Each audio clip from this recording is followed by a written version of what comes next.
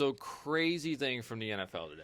The Bears made the trade finally. Justin Fields gone off the team to the Steelers, who we all thought was out of the running. Absolutely. And they gave him away for exactly what he was worth. Exactly the price they wanted for him. A 6th-round pick.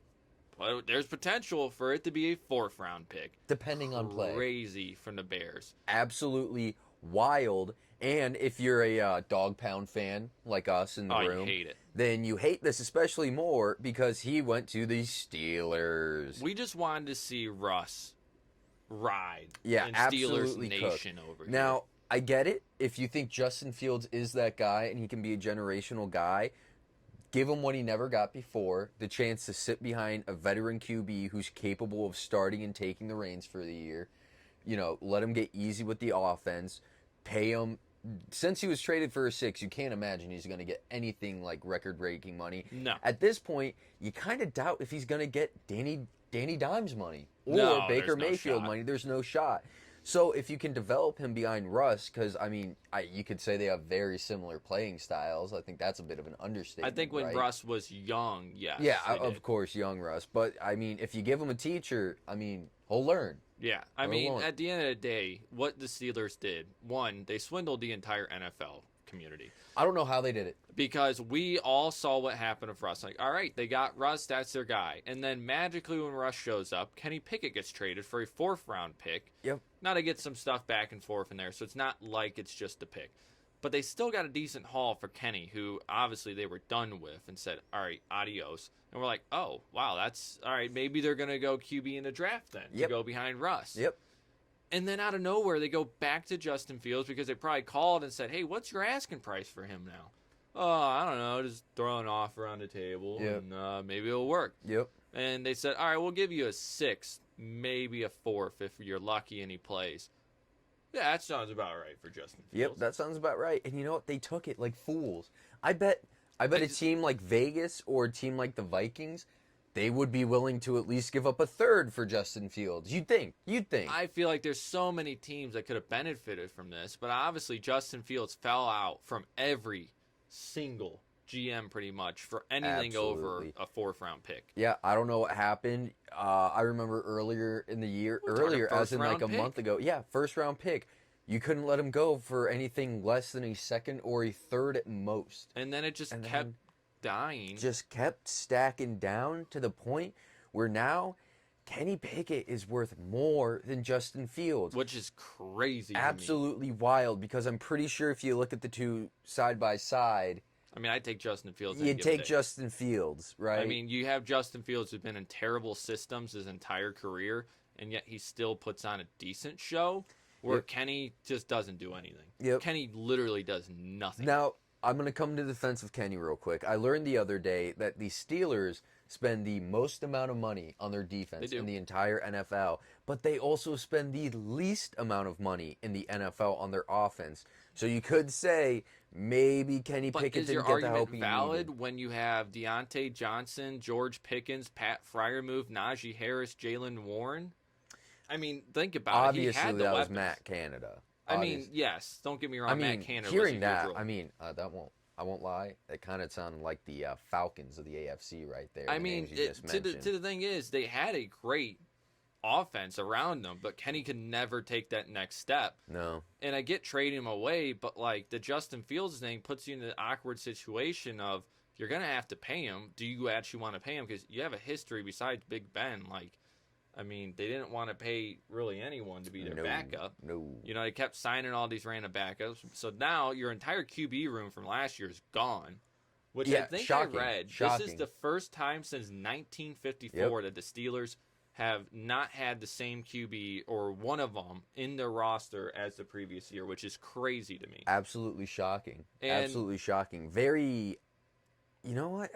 It's look, odd. It's odd to say the very least. You're just not used to it. No one alive today is really used to something like this right now. And to me, as a Browns fan, I hate to say it, it's a smart move. It's a great by move. The Steelers. It's a move Buy where low. you see every fan of every team in the NFL besides the Steelers is right now looking at this deal and going, oh fuck, we had a sixth. Yeah. Why What? didn't we take the chance? Well, on we it? could have needed. We could have gotten Justin Fields Just as a chance to see just if as he a could do chance. something. I mean, good golly. It's a Like the buy low, Falcons not and throwing out a six for Justin Fields to sit behind Kirk Cousins, crazy. see that comes back to how much money you want to spend. I mean, because obviously I couldn't imagine it'd be too much. I mean, to me, if you're the Jaguars, I would have gone I that think route I think if rather you than have Mac Kyle, Jones. I think if you have Kyle Pitts and Justin Fields going into contract in the same year, I think Kyle Pitts gets more money than Justin Fields, and it's not Probably. even close. But you look at it from that perspective, it's a great buy low. If you're a Bears fan, this is a slap in the face. Yeah, this is every Bears fan going, you had a chance and you fumbled it again. How do many you times? only get a sit? You know what? I couldn't, honestly, I don't think we could count on both of our fingers and toes how many times they've done something like this Just so and stupid. absolutely mowed over the team and the fan base. I don't think anybody in the Bears organization or fan base is looking at this and, Yeah. there we go. Those are my dogs in I'm there. sure there's people out there like, all right, at least we have a direction now. Because as of yesterday, it was still like, all right, well, are we going to run with Justin Fields and Caleb Williams, running Yep. 1-2, or what are we doing here? So at least they're finally deciding, hey, it's Caleb Williams or bust now. Absolutely. We are putting our eggs in the basket for the generational talent who is supposed to be the next big QB in the league. But here's where I'm at with that. He's the most Patrick Mahomes-esque college QB coming out right now. You look at his Heisman season, I think you get it, right? Yeah. And you go, well, Patty Mahomes in 2017 sat behind Alex Smith for a year. Or I don't even think it was a full year. Look, But he got to do it. I think, just like I said with Justin Fields earlier, just like Patty Mahomes, just like any other QB who's been successful in the league, long term, has a veteran to sit behind and learn from. And if you can go out and get a game manager where you can just win games until your guy's ready, I think that's the smartest thing to do. Because we're seeing teams that should be way better than what their record is showing right now lose because they have a QB who didn't get the chance to fully develop and understand the NFL before being thrown in besides preseason. Yeah. And you don't want it to happen again because, I mean, the Bears haven't even had, they haven't had a QB throw for 3,500 yards or 3,000 yards and 30 touchdowns or something like that. It's been a while. I mean, Jay Cutler was like the last He was the kinda closest one, and gunslinger they've QB. never had it. And again, you just don't want to see Caleb Williams underperform long term because he didn't get a chance to be around the culture enough. Again, if it worked for Patty Mahomes and he's the closest thing, I think anyone can be like, Oh yeah, like give him a shot here. I mean, to me, as a fellow person who follows this sport immensely, Mhm. Caleb Williams is a talent that you don't want to waste. The Bears, Yep. going to the Bears, to me, can tear his season apart, his Yeah, career absolutely. apart. So, congratulations to the Bears. Mhm. You fumbled the bag again. You gave up.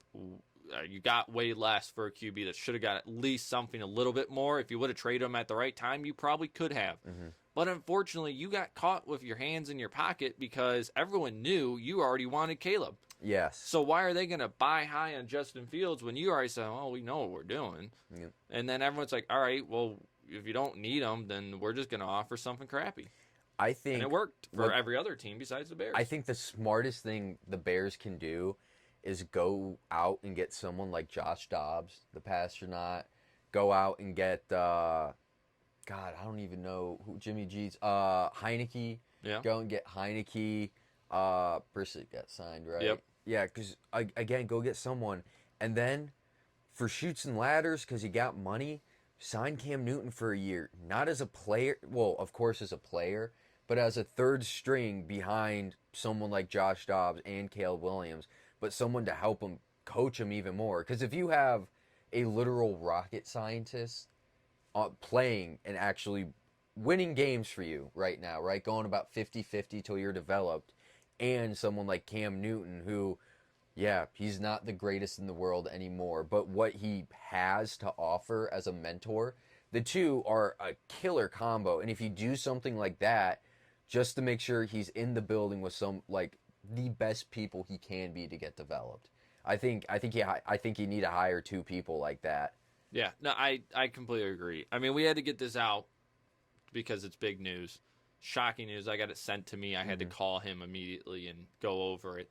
So I guess give us your thoughts on it, what you think. But to me, this is a win, as much as I hate to say it as a Browns fan, for the Steelers, and a loss for Huge the Bears. L for the Bears. I mean, you could have got so much more. Who knows? Maybe we're wrong. Maybe Justin Fields never turns into that guy in the Steelers. Maybe Caleb Williams, without anybody right off the rip, is another Patty Mahomes. He does have probably the best situation as a rookie QB I've seen in a really and it's long time. Unarguable. I mean, again, go back to Cam Newton. He always had he had Steve Smith Jr. and eventually he had Greg Olsen, correct? Yeah, but you're going. I mean, but like that. Cole that's Kmet, about it. Who did RG3 have? DJ You Moore, don't even Swift. It's just an insane. It's an insane roster. Now get an offensive line with that second pick. So please don't kill pick number Caleb 9. Williams. Don't turn him into another RG3. Go get a nice offensive line. So for the guy. Bringing it up, Justin Fields goes to the Steelers. You know. AFC North is the hardest division in football, and if anybody wants to argue that right now, I mean, please, comments are open because I think any other viewer reading it would also come back with whatever they needed to say to prove you wrong. Because, I mean, Patrick Queen, J.J. Watt, Alex Highsmith, Cameron Hayward, that's one defense. The Steelers' defense is electric. They have a great potential offense. Now they have a killer offense. The Ravens are the Ravens. They just got Tyler Boyd today too. Yeah, the Ravens are the Ravens. Okay, with there's King no Henry. stopping them. I mean, it's like when Von Miller went to Buffalo, where it's like, oh, you got the Cadillac, but now you just got the rims for it too. And then you got the Bengals with Joe Burrow. I mean, and that wide receiver room. Yep. Come on. And then, I mean, Browns bouncing back. We got the defense. Our O-line's actually going to be healthy. We got a healthy Deshaun. Nick Chubb's coming back. We got Judy, Moore, and Cooper. It's going to be an insane season again for the AFC North. Yeah. Can't wait to watch. Again, tell me another division that's harder. Tell me. And it was ranked. I think it was on ESPN on their Instagram or one of those big news outlets where they ranked it, and it went AFC North number 1 before the trade today. And then it went NFC West with the Niners, Seahawks, Cardinals, and Rams. And then you're looking at the rest of the divisions, and then you go, each of these divisions has like 2 great teams and one pretty good and mid team, and one terrible one. Yeah. Or just 2 good teams, 2 terrible ones, or just 1 good team, 3 terrible ones. And then you have the AFC North, 4 of the best teams in the NFL with the division with the best record ever. I think that's the best record any division has ever gotten. It was a crazy record. And you did that with 2 of the head quarterbacks out. Yep. Right? A lot of O-line out, a lot of injuries. Kenny was out, Joe was out, and Deshaun, who was technically our starter, was out. Yep. And the Browns missing half their people. Look, the point is, leave your comments and we'll go over it. Yeah, please let us know what you think about all this. And again, if you have a different opinion, let us know. We'd love to read it. We'd love to respond. Yeah, we'd love to take all considerations because it's big news. It's big news. This off season is a generational off season. Really is. I feel like, and you know what? That makes everyone excited for the draft, hoping that is also generational. Really is. And I think there's some stuff we'll talk about in a future episode, but for now, like, comment, and subscribe.